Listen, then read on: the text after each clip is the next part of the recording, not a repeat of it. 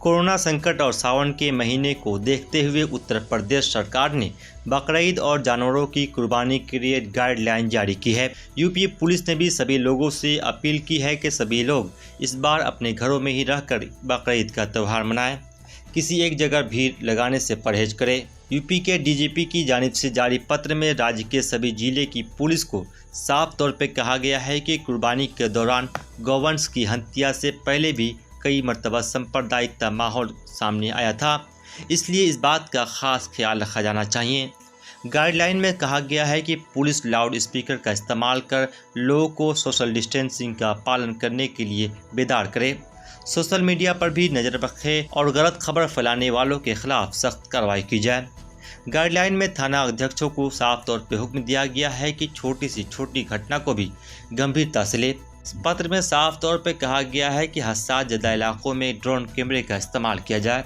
गोवध और गोवंश के अवैध परिवहन पर पूर्ण प्रभावी नियंत्रण के लिए जरूरी कार्रवाई की जाए और साथ ही खुले जगहों पर कुर्बानी, गैर मुस्लिम इलाकों में खुले तौर पर गोश्त मांस को ले जाने पर पाबंदी लगाई जाए। डीजीपी की तरफ से जारी निर्देशों में जनपद के अपराधी, गुंडा और सांप्रदायिक तत्वों पर विशेष निगरानी रखने और ज़रूरत के मुताबिक कार्रवाई करने की बात कही गई है। बकरीद के मौके पर जनपदों को जोन व सेक्टर में विभाजन करते हुए प्रत्येक जोन व सेक्टर में मजिस्ट्रेट और समकक्ष पुलिस अधिकारी व पर्याप्त पुलिस नियुक्त करने का भी हुक्म दिया गया है।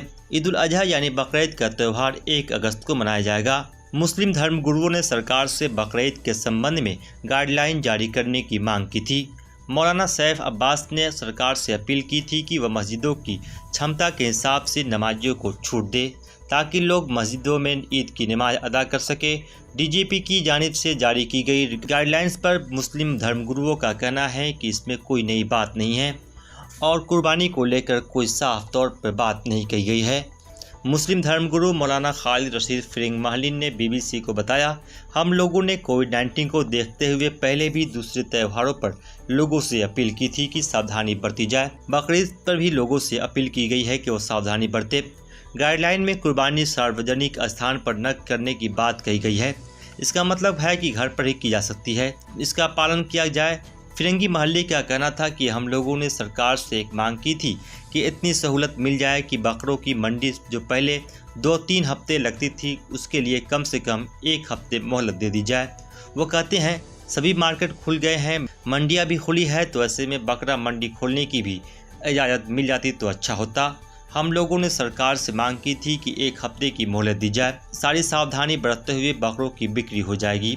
किसान गांव में साल भर बकरा पालते हैं और यही उनकी रोजी रोटी का जरिया होता है। फिरंगी महल्ली कहते हैं कि कोविड-19 की वजह से लोगों में जो बेरोजगारी बढ़ी है उसकी वजह से कुर्बानी वैसे भी बहुत कम होगी।